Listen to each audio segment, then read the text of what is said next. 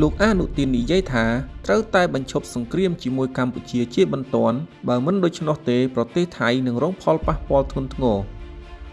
នាយករដ្ឋមន្ត្រីថៃលោកអនុទានច័ន្ទវរៈគុលដែលគ្រោងនឹងរំលាយសភានៅថ្ងៃទី12ខែធ្នូឆ្នាំ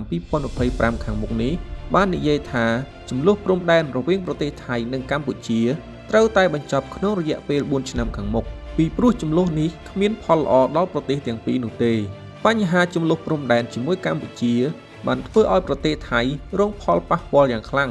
សេដ្ឋកិច្ចដាំក្បាលចុះយ៉ាងគំហុកបញ្ហាចម្រូងចម្រាសផ្ទៃក្នុងបញ្ហាគ្រោះទឹកជំនន់ជាបន្តបន្ទាប់ភ្ញៀវទេសចរមានការធ្លាក់ចុះបានធ្វើឲ្យប្រទេសថៃបាត់បង់ចំណូលរាប់លានដុល្លារម្យ៉ាងទៀតការធ្វើសង្គ្រាមជាមួយកម្ពុជាបានបណ្ដាលឲ្យទាហានរួមជាមួយប្រជាជនថៃផងដែរបានបាត់បង់ជីវិតរបួសពិការជាច្រើនអ្នកលោកអនុទានបានបន្តទៀតថាគោលដៅរបស់លោកចង់ឲ្យប្រទេសថៃមានទំនាក់ទំនងល្អជាមួយប្រទេសជិតខាងព្រោះបច្ចុប្បន្ននេះសម្ព័ន្ធភាពជាមួយប្រទេសជិតខាងដូចជាកម្ពុជាមីយ៉ាន់ម៉ានិងម៉ាឡេស៊ីជាដើមហាក់មានភាពតានតឹងខ្លាំងដែលមិនអាចទទួលយកបាននោះទេការថ្លែងបែបនេះរបស់លោកអនុទានគឺធ្វើឡើងកាលពីថ្ងៃទី24ខែវិច្ឆិកាឆ្នាំ